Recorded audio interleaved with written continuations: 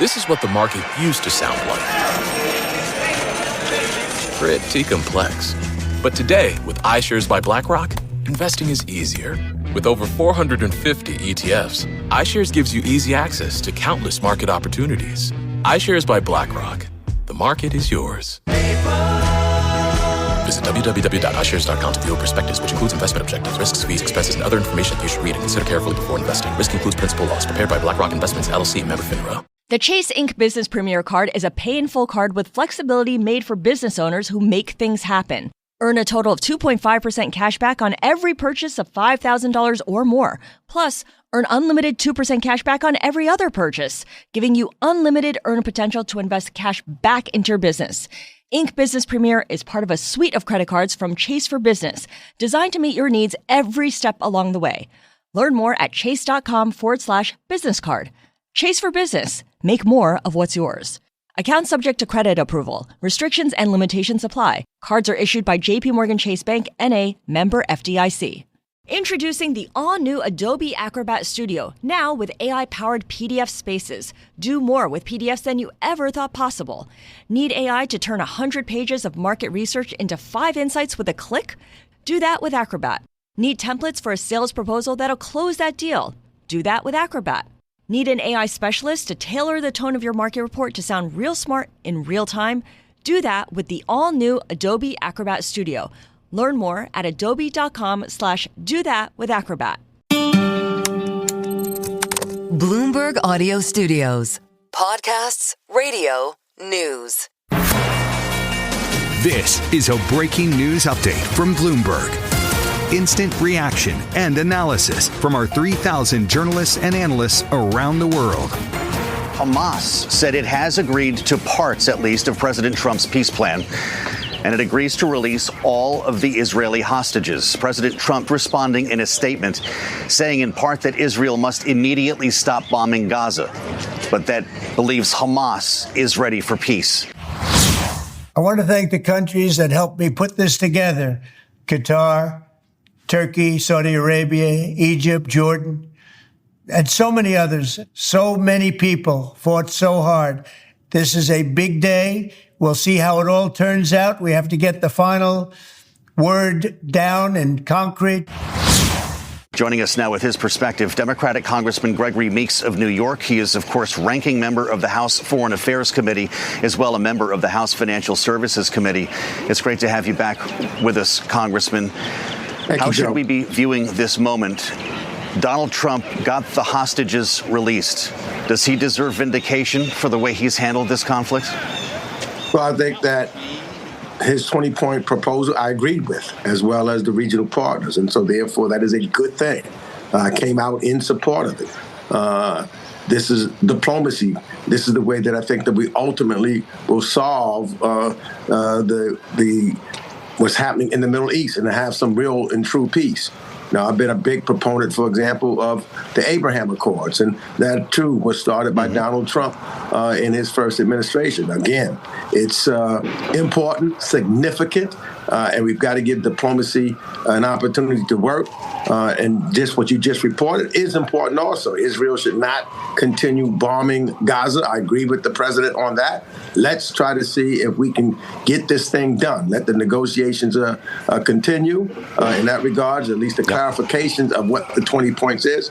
And let's try to make sure we can finally change the situation in the Middle East where you can have a Palestinian state side by side with a Jewish state of Israel. Well, of course, I don't need to tell you, Congressman, that both parties here have a record of not making good on ceasefire agreements, on any agreements for that matter. That goes for both Hamas and Benjamin Netanyahu. As the ranking member of Foreign Affairs, how much time will you give this before it has credibility? Well, I think that diplomacy needs more time than just till Sunday, that's for sure. I would think that, a week, a couple of weeks should be able to hash this thing out. And I think that with the aid of Gulf countries and other countries that also have signed off on the 20-point plan, along with the United States and Israel, we should be able to get it done. I think that we're getting close. We're getting very, very close. But of course, the devil is always in the details. Let these details be discussed and rationed out, because you don't want a situation where there's been a misinterpretation of what should or should not happen, and then everything goes kaput and we're back to where we started from. So let's dot every I and cross every T that we can. Benjamin Netanyahu has been seen as a pariah by many in the region because of the high number of civilian casualties that we've seen among Palestinians living in Gaza. If this is real, Congressman, and this is in fact the path to peace, did we just prove that you must meet strength with greater strength? Well, no, I think that what we're doing now is we are using diplomacy. Ultimately, we know that just bombing your way out of this will not create a peaceful situation in the Middle East. So diplomacy has always been something that I've advocated, and what we've not been able to do to this point was to get an agreement on both sides.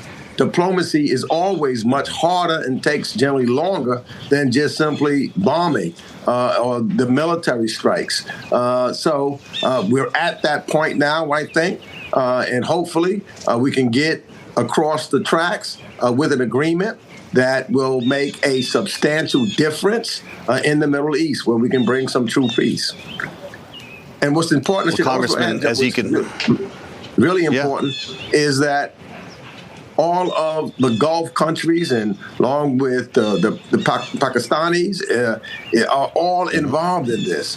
Our allies in Europe all agree with the 20-point plan. So we're at a point where, you're talking about hostages being released and humanitarian aid getting in. This is what we want. And then trying to stabilize the region, rebuilding Gaza for the Palestinians without Hamas being in control of anything. So this is a very good but hard work. And I think there's still hard work to be done. But that's the way diplomacy works. Well, it's good to have you, Congressman. Come see us when you get back into town. Democratic Congressman Gregory Meeks of New York. First reaction there from the House Foreign Affairs Committee on this breaking news on Hamas. Joining us now with details live here on Capitol Hill, Bloomberg's Eric Martin, who was just in Israel with the Secretary of State Marco Rubio only days ago. Eric, who deserves the credit for this? Joe, this is a historic day, potentially, what we're seeing here. Here we sit on October 3rd, 2025, almost 2 years to the day since the Hamas terrorist attacks against Israel, and seeing this message from Hamas in response to the president's 20-point plan. And in particular, what caught my eye is the president calling on Israel to stop the bombing now. As you mentioned, I was just a couple of weeks ago in Jerusalem with Secretary of State Marco Rubio and with Prime Minister Netanyahu, and I asked both of them about this long-planned Israeli offensive to go into Gaza City. Even as we were leaving for Doha, they were encircling Gaza City and planning for this increased escalation of the war. Very controversial in Israel. A lot of people concerned about this, and both of them telling me that if they could find a way to get the hostages out, to get Hamas to give up the hostages without escalating the war, that was of course preferred. And so this is really a monumental moment that we're seeing here in terms of the potential for peace here. Still details to be worked out, but this initial response from President Trump, I think, is quite important. Hamas is talking about accepting this deal with conditions. I know that we have some to learn still as to what those conditions are, but should we assume that Hamas actually knows where all of the hostages are? Will they be able to produce them? That certainly is an open question, and I think there is a degree of skepticism towards the Hamas response in that some of the things included in the 20-point plan, such as Hamas disarming and giving up control of Gaza. We've seen as part of their response saying that Gaza would be led by a group of technocrats, and that seeming to indicate that they're willing to give up this control of Gaza, which they've maintained for nearly 20 years. But of course, from the Israeli side, one of the fundamental fundamental things, and Prime Minister Netanyahu told me this in a press conference there, was to make sure that Hamas can never return in the way they did on October 7th. That's right. And for Israel, that means to make sure that Hamas cannot be a threat, does not have the weaponry to pose a threat to Israel in the way that they did, and to ever repeat anything approaching October 7. Glad you could come see us, Eric. Thank you so much. Bloomberg's Eric Martin with us live on Capitol Hill, joining us now with her analysis. Wendy Sherman, the former Deputy Secretary of State in the Biden administration, now senior fellow at Harvard's Belfer Center. Wendy, I'm really glad you could be part of our conversation. I'm wondering what you need to see to know this is real. Well, look, I agree with what Eric just said. This is a positive response from the White House. They're taking yes, even a yes, but for an answer, and getting diplomacy underway. As Congressman Meeks said in your previous segment, diplomacy is hard work. It all comes down to the details. So, yes, this is a positive moment, but a heck of a lot more work to be done here. And we don't know the answer to a number of questions, including whether really Hamas can produce all the hostages and bodies of those who are deceased within 72 hours. But I do agree with Eric that the president's saying that Israel must stop its bombing now to create the space and the quiet to get those hostages back is a very positive statement in a very difficult situation. A long way to go, but better than where we were yesterday. What do you make of the timing here, Wendy? The president posted on Truth Social another threat today, gave him a deadline, 6 p.m. Sunday, or all hell, as he has said, will break loose. Gaza already is all hell. Did that threat unlock this acceptance? I don't know that the threat alone unlocked the acceptance, and I would say it's a yes but acceptance. It's not a total yes acceptance yet. But I think that Egypt, Qatar, probably United Arab Emirates, even Indonesia, Saudi Arabia, those who have signed on to this proposal have applied pressure to Hamas as well, Qatar being quite important to that. And as we all know, the president just gave Qatar, which is a key negotiator here, what amounts to an Article 5 security guarantee from the United States. Now, I don't know if that will hold up, because usually those things are done by treaty, not by an executive action. But nonetheless, the president clearly wants to build a strong relationship with Qatar. And I will say one other thing.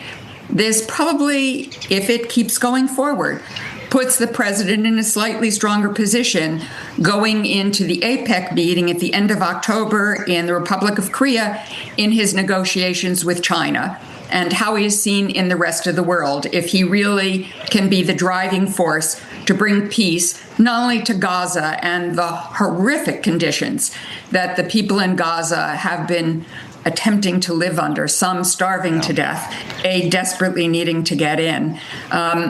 There is a lot of work to be done here, but as I said, we are in a better place today than we were yesterday. Well, assuming this is real, Wendy, and we project to rebuilding Gaza, this could also be extremely complicated. I know the president has talked about making this the Riviera of the Middle East or something, but how do you rebuild Gaza without removing significant portions of the population? I think the Riviera concept is a long way off. Gaza has been destroyed. The president has suggested that, and Israel has suggested that people move out of Gaza City, but they don't have fuel to do so. They don't have homes to go to. They don't have a way to move. They're worried about their children and their health. There is little health care left. Doctors Without Borders has left because it was such a dangerous situation. So what is critical here is to get aid in and to begin the rebuilding. And to go back to part of your previous discussion, we don't know whether Hamas will agree to the governmental structure that the president has agreed to. We don't know if they will disarm. So there are lots of details here yet to go. I know the president of the United States is desperate for a Nobel Peace Prize. I don't think he's going to get one in 2025. That will get announced October 10th. All of the nominations are closed, but maybe he's trying to get to 2026. We'll see how that goes. I know it's something that he's been talking about quite a bit lately. What would this mean then for the future of a Palestinian state? And what would it mean for Iran, obviously pulling the strings for Hamas? Two very good questions. I think for peace in the Middle East, clearly, both the Abraham Accords and the further work that's been done is trying to bring the whole region together. Obviously, the fall of Assad was an important piece of that puzzle, sort of degrading Hezbollah and Hamas and the Syrian militia supported by Iran, critical to being able to move forward towards peace, but an enormous amount of work to go on. And it looks like the president is sort of pulling back as sanctions, including the new sanctions at the UN that have just been imposed on Iran, put pressure on Iran in hopes that Iran will do what it needs to do. I think it's a little bit of a risk here, however, probably more than a little bit, because Iran is moving forward to reconstitute its nuclear positions, reconstitute its facilities.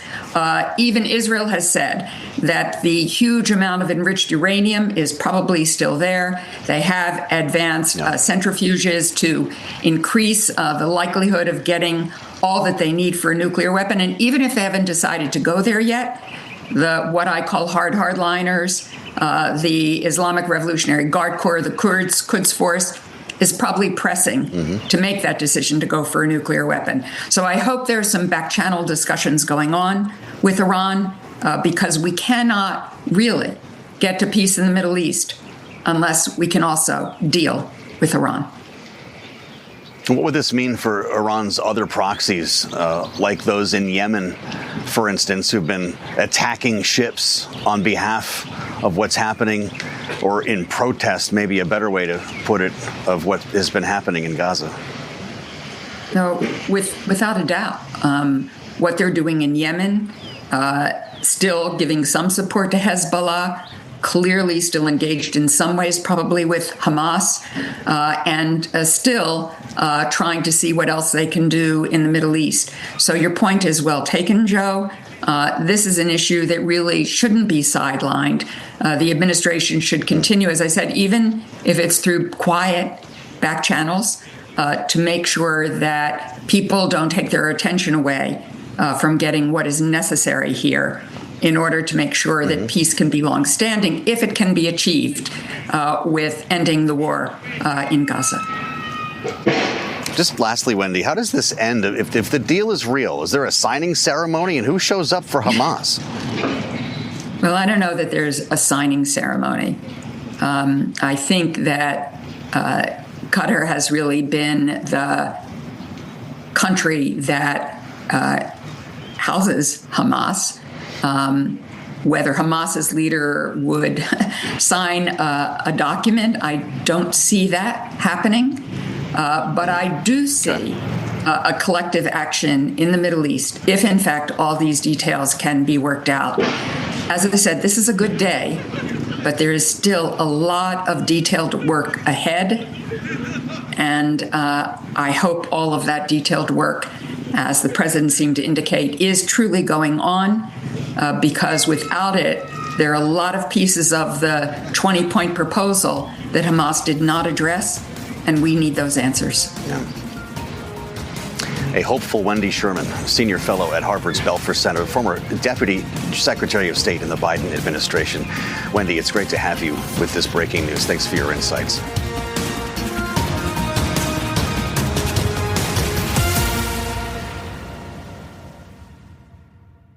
How can you free your team from time-consuming office tasks? Amazon Business empowers leaders to not only streamline purchasing, but better support their teams. Smart business buying tools enable buyers to find and purchase items fast so they can focus on strategy and growth. It's time to free up your teams and focus on your future. Learn more about the technology, insights, and support available at amazonbusiness.com.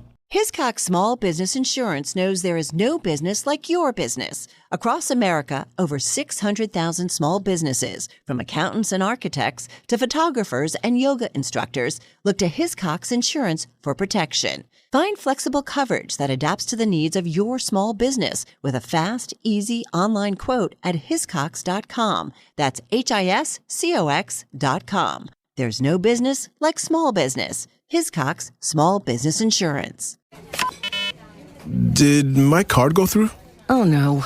Your small business depends on its internet, so switch to Verizon Business. And you could get LTE business internet starting at $39 a month when paired with select business mobile plans.